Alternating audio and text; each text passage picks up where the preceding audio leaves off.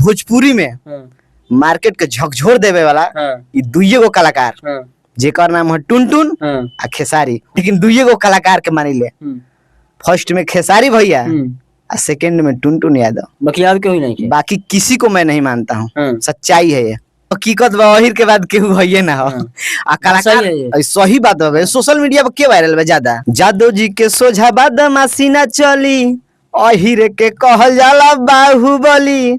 तो हम चाहेम कि अगर जन्म दोबारा मिले तो वही कुल खानदान में मिले, वही जाति में मिले। मगहियों में कैसे कि कुछ मगही के कलाकार से चाहे हमारा जातियों को होकस ओहू लोग से कुछ जाने से नफरत बा। अभी हमारे साथ है सोशल मीडिया के बहुत पुराना स्टार यादव कुंदन जी। कहीं ना कहीं पहले बहुत गाना गाते थे, अभी भी गाना गा रहे हैं और काफी ये यादव समाज के लिए गाना गाते थे। और क्यों आज ये छोड़ना पड़ गया इनको, आप लोग वीडियो में हम जानने के प्रयास करें। सबसे पहले आपका स्वागत है। सबसे पहले रउआ के प्रणाम। रउआ चैनल के सच आपकी न्यूज के श्रोतागण के देखे वाला सबके हमारा तरफ से प्रणाम बा। काफी आपका गाना पहले आप जातिवाद गाते थे, यादव समाज के लिए गाते थे, तो कौन सा गाना पहले आप गाते थे बताइए, थोड़ा गा के दर्शकों को पहले बहुत पहले कलाकारी शुरू से हमारा 15-16 से स्टार्ट कईनी। बीच में तैयारी भी कईनी फौज के, भाई लोग फौज में बा, कुल 3-4 जना बा। हम सबसे छोट बानी घर में। तो शुरू से हमारा कलाकारी में बहुत ज्यादा मन लागे, कलाकार बने के शौक रहे अंदर। स्कूल में गाई गाना वाना पूरा मास्टर लोग उठा दे लागी गाए।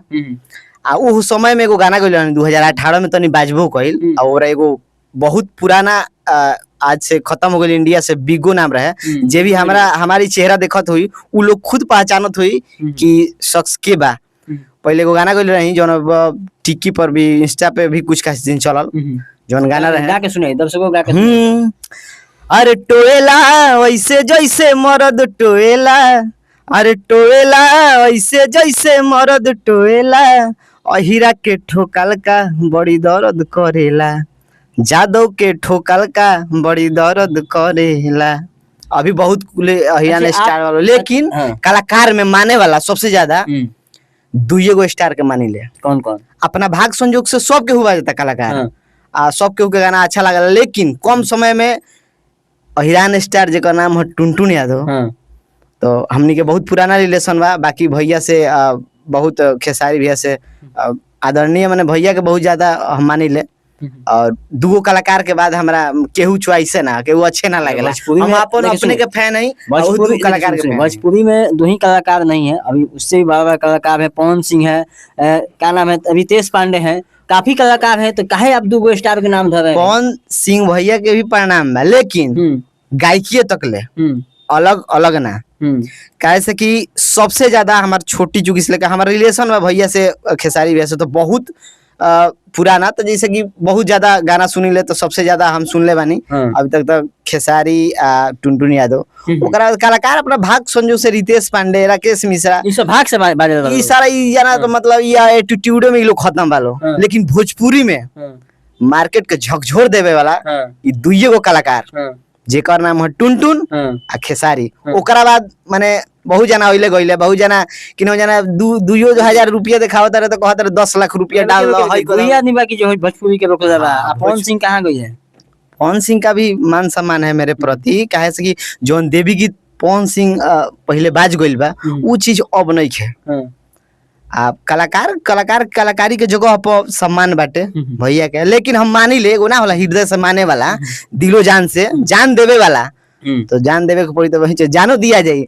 लेकिन दुइये गो कलाकार के मानी ले, फर्स्ट में खेसारी भैया और सेकंड में टुनटुन यादव। बाकी और कोई नहीं, बाकी किसी को मैं नहीं मानता हूँ। सच्चाई है ये, मैंने भोजपुरी के ही दो आदमी आगे बढ़ा रहे हैं। जब हम एगो एप्लीकेशन चलाई नू तो हमरा अभी काफी सपोर्ट हमरा जाति बिरादरी के रहेला। लेकिन हमरा संगे रियलिटी बताओ तनी, सारा कास्ट के लोग रहेला। जो उनकी सबसे करीबी हमारे को बहुत सपोर्टर सुमित बाबा बाड़े, एक भाई है ब्रोक भाई, कृष्णा भाई, सोनू यादव, अभिषेक यादव, तमाम अभी हम बहुत पीछे है लोग के हाथ बा। ये लोग के जब तक आशीर्वाद रही तब तक कि भैया के केहू हिलाई ना। तो आज क्यों जातिवाद गाना छोड़ दिया? आज क्यों नहीं गा रहे हैं अपने जाति? आज जातिवाद गावे के ही नहीं है। जैसे कि जातिवाद से आजो आजो गाइम तो प्यार मिलेला, ऐसा नहीं कि जात हमरा के प्यार आशीर्वाद देला, लेकिन बीच बीच में होत रहेला। लेकिन हम सोचनी कि अदरो कलाकार अदो जात के अदर जात के भी प्यार आशीर्वाद मिलेला, रियलिटी बा। हीरानो के वीडियो बनाई तो उनमें सपोर्ट मिलेला, भैया हम हे जाति से बानी सपोर्ट बा, तब बाबे। काफी लोग कहते हैं कि कहीं अगर दाल गलाना है तो यादव समाज में आइए, दाल गला के चले जाइए। ई हकीकत बा, अहिर के बाद केहू हइये ना हो। आ कलाकार सही बात बा, सोशल मीडिया पे के वायरल बा ज्यादा। आप टाइटल लगा दीजिए, अपने नाम के पीछे टाइटल लगाइए ना यादव, आप फेमस हो जाइएगा सोशल मीडिया पे। तो अब यादव अहिरान अहिरान कीजिए, देखिए आप स्टार नहीं बन गए तो मैं मुंह छिलवा लूंगा। तो ई बात बावे, आप जाति में पावर बा हमरा। आप काफी अहिरान स्टार हैं, काफी अब गाना गाते हैं अपने जाति पे, एक और गाना गा के सुनिए दर्शक। एगो और हम गाना गइले, को ज्यादा लाइन याद नहीं खे, लेकिन थोड़ा सा क्लिप ओकर वायरल रहे, वो आप सब गा के सुनाओ तनी। जादव जी के सोझा बदमाशी ना चली, अहिर के कहल जाला बाहुबली। तो थोड़ा सा क्लिप याद बा, बहुत दिन बहुत पुराना गाना, लेकिन सोशल मीडिया पे ई भी वो समय में बिगो रहे, टिकटॉक रहे, ऊपर सबसे ज्यादा राज करे वाला ये भैया जे भाई के देखत हुई पहचान जाए कि वह कुंदनवा हमरा के डायरेक्ट रेलत टेलत रहे। तो सोशल मीडिया पे हम जौन चीज आज के लोग अपनावता, ये भैया पहले कह के छोड़ देले बा। आ वो पे कलाकार के नहीं, रील क्रिएटर लोग अब वो चीज के अपनावता है। वायरल होके खातिर लोग तो माने अब का कहीं पूरा वस्त्र खोल देता, लेकिन ओकरा आन शान से वायरल रहनी जा। आ ओकरा सोशल मीडिया पर बिगो रहे, टिकटॉक रहे, हमरा बाद ऊपर केहू अइबे ना करो। ओकरा रैंकिंग दिखाओ नु, बिहार में आ इंडिया में के बा, बिहार में नंबर 1 तो यादव कुंदन ऑफिशियल, ये नाम हुआ। आ वे लोगो सबके पहचान थोई, लेकिन ओकरा पूरा लाइव में चढ़ी नु तो लाइव में हजारों हजार के भीड़ रोड बात करेला कि भैया से एक बार बात करी। लेकिन सबसे मान सम्मान ओकरा ऐसा रहे, सबसे लाइव में बतियाई हम। आ जेकर दिक्कत रहे, जेकरा से बात ना हो पावे, तो वो भैया कहे कि हमरा में डाटा नहीं है भैया, रोज से लाइव में बात नहीं होत, ओकर रिचार्जो भी कर दिए। इतना प्यार रहे, जितना लाइव सोशल मीडिया से हम कमाई उतना हम डोनेट अपना भाई सब में करी। प्यार आशीर्वाद बा, अगर दिन ऐसा आइल तो भाई जानो देवे खातिर तैयार बा। देखिए भाई, ये यादव कुंदन है और भोजपुरी के बहुत अच्छे कलाकार हैं और काफी इनका चर्चा रहता है। काफी अहिरान स्टार है भाई, ये भी गाना गाते हैं अपने यादव समाज पे, और कहा जाए कि अपने समाज के लिए कुछ भी कर सकते हैं। अरे जानो देवे के पड़ी तो जान दे। मैं लाइफ में हम सबसे ज्यादा जानल बानी तो कुंदन नाम से ना, और हीरे के नाम से जानल बानी। तो हम चाहेम कि अगर जन्म दोबारा मिले तो वही कुल खानदान में मिले, वही जाति में मिले। कहे से कि ऐसा नहीं कि हम दूसरा जाति के अपमान करके वीडियो बना दी, अदर कास्ट के बेइज्जत करी, हई करी हऊ करी, चाहे ये सब हमरा में नहीं किया। लेकिन हमार जाति ऊंचा बा, हम ये चीज के ऊंचा दिखाई ले। आई हम नहीं कहत, इस सोशल मीडिया के तमाम रील क्रिएटर समझत हुई लो कि अब बढ़िया दूसरों अदरों कास्ट के लोग गाना गावता वही पर, आ गाना पूरा बजवावता, आ रीलों पर मैं चलता। ये सब लोग के नाम लेके यूज करता लोग। भगवान के देन बा, सभी लोग आगे बढ़े, मेहनत करे, आगे बढ़े।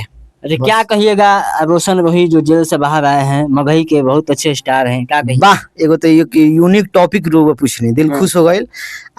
मगहियों में कैसे कि कुछ मगही के कलाकार से, चाहे हमारा जातियों का होकस, ओहू लोग से कुछ जाने से नफरत बा। ऐसे कि हम नाम ना लेम, हमने के जैसा मेरा टीम हम जानी तो जहाँ 10-15 आदमी हमारे टीमे जाला शूट पे, तो हमने के जानी जाता उनमें से एक जैसे कि वो एगो ऐसा इच्छुक हमारे भाई रहले, तो मिले गईले कि थोड़ा उनसे भी मिल ली। हमरे जात के हुआ स्टार मगही में, लेकिन हम अगर मान सम्मान पे आँच आ गई तो अपना जात के ना देखिले, लेकिन जान देवे खातिर अपना जात पर तैयार रही कि भेंट मुलाकात नहीं होगा। कुछ चेला चापाटी रहसन, ओकनी के अगर सामने भेंट हुई उसन समय आई तो ओकनी के हम बढ़िया से लताड़ दें। कहा जाए कि क्यों अपने जात को इतना गुमान एथी कर रहा है, क्योंकि आपका गाना तो सारे लोग सुनते हैं ना। मोच पर गुमान बा, दाव बा, तो जातियों में उहे रुतबा बा। तो आपका गाना खाली आप ही के जात के लोग सुनते हैं? हमार गाना सब एगो ढोणी मोन्टाई जला अभी फिलहाल में, वो गाना बढ़िया, मतलब बढ़िया व्यूज देला चैनल पे। हमारा के प्यार आशीर्वाद दे वाला 10 आदमी देला नु, दिल से देला, तो मन कर लगी अगर जरूरत पड़े तो जान हाजिर बा। अभी मार्केट जैसन आई वैसन भाई एकदम खड़ा बा। तू लो बस प्यार आशीर्वाद देवे खातिर खड़ा रहलो। हर एक जाति खातिर ऐसा नहीं कि जातिवादे गाना, हर एक जाति के गाना, हर एक जाति के आशीर्वाद भी मिलेला। लोकगीत में बहुत सारा गाना ऐसा नहीं है कि खाली अहिराने पर गाना गाइले, सब जाति के प्यार आशीर्वाद पाइले। देखिए, ये यादव कुंदन जी हैं, कहीं बहुत अच्छे सिंगर हैं और भोजपुरी का कहा जाए कि मगही में भी अपना जो कि पैर पसार रहे हैं। मगही में एंट्री हुई नु हाँ। तो बहुत गर्दा हुई। हाँ। मगही में अब आशीर्वाद बस रउआ सब के मिले। हाँ। आगो मगही में जब हमार एंट्री हुई बहुत डेंजर तरीका से एंट्री हुई। आ जब एंट्री हमार मगही में हुई अलग रुतबा से हुई, एकदम ज्यादा भौकाल बना के। भौकाल। हाँ। कुछ मगही के कलाकार से दिल दुखल बा। आ समय आई तो बताएं, लेकिन बहुत जल्दी नेक्स्ट इंटरव्यू यही चैनल पे जाई आ वो पूरा अपना टीम के साथ बहुत जल्दी मगही में लौटा तनी और बहुत दर्दनाक भौकाली एकदम एंट्री लेके। मतलब मगही भोजपुरी दुनिया में भौकाल मचाना है। भोजपुरी में तो राज कोइले बड़ा बड़ भैया लोग राज करते बा। आ भोजपुरी गवाते बा वहू से आशीर्वाद मिलेला, भोजपुरी के देन बा, मान सम्मान बा। लेकिन हम सोचतानी कि साथ में हमनी के बिहार के अलग अलग भी भाषा बाटे, मैथिली बा, मगही बा, जरूरत पड़ी हर एक भाषा में घुस के हर लोग के, हर जाति के लोग के इंटरटेनमेंट कराएम। लेकिन अभी एंट्री बाटे मगही में, कुछ दिन के बाद आप सबको जरूर देखे मिली। आ यही चैनल से सच आपकी न्यूज जौन चैनल बा यही चैनल से हमारा इंटरव्यू जाई। आप सब बस इंतजार क्या कहिएगा जाते तो दर्शकों का क्या कहिएगा अपना? जाते जाते हम ये कहम कि तू लोग एक बार भैया के खुल के प्यार आशीर्वाद दो। हमार गाना अभी लगातार आ रहा बाटे एसआर प्रोडक्शन से, तो एसआर प्रोडक्शन पे जा और भाई के गाना सुनो, प्यार आशीर्वाद दो। फिलहाल में एगो बहुत थोड़ा डिप्रेशन बीच में चलनी है, ओकरा कारण थोड़ा दिल टूट गइल बा चलत फिरत। तो गाना एगो सैड सॉन्ग आइल बा, बाबा से अर्जी लगावता नहीं बाबा दिल टूट गइल बा। दिल टूट गया है? हाँ, पगली के याद से हमरा के दूर कर दी। प्यार नहीं ना हो गया है? प्यार बर्बाद, ई चीज बहुत गलत बाटे भाई। तालो से हम बताए तानी कि जिंदगी में सब कुछ करी हो, लेकिन कोनो लड़की से प्यार मत करी हो।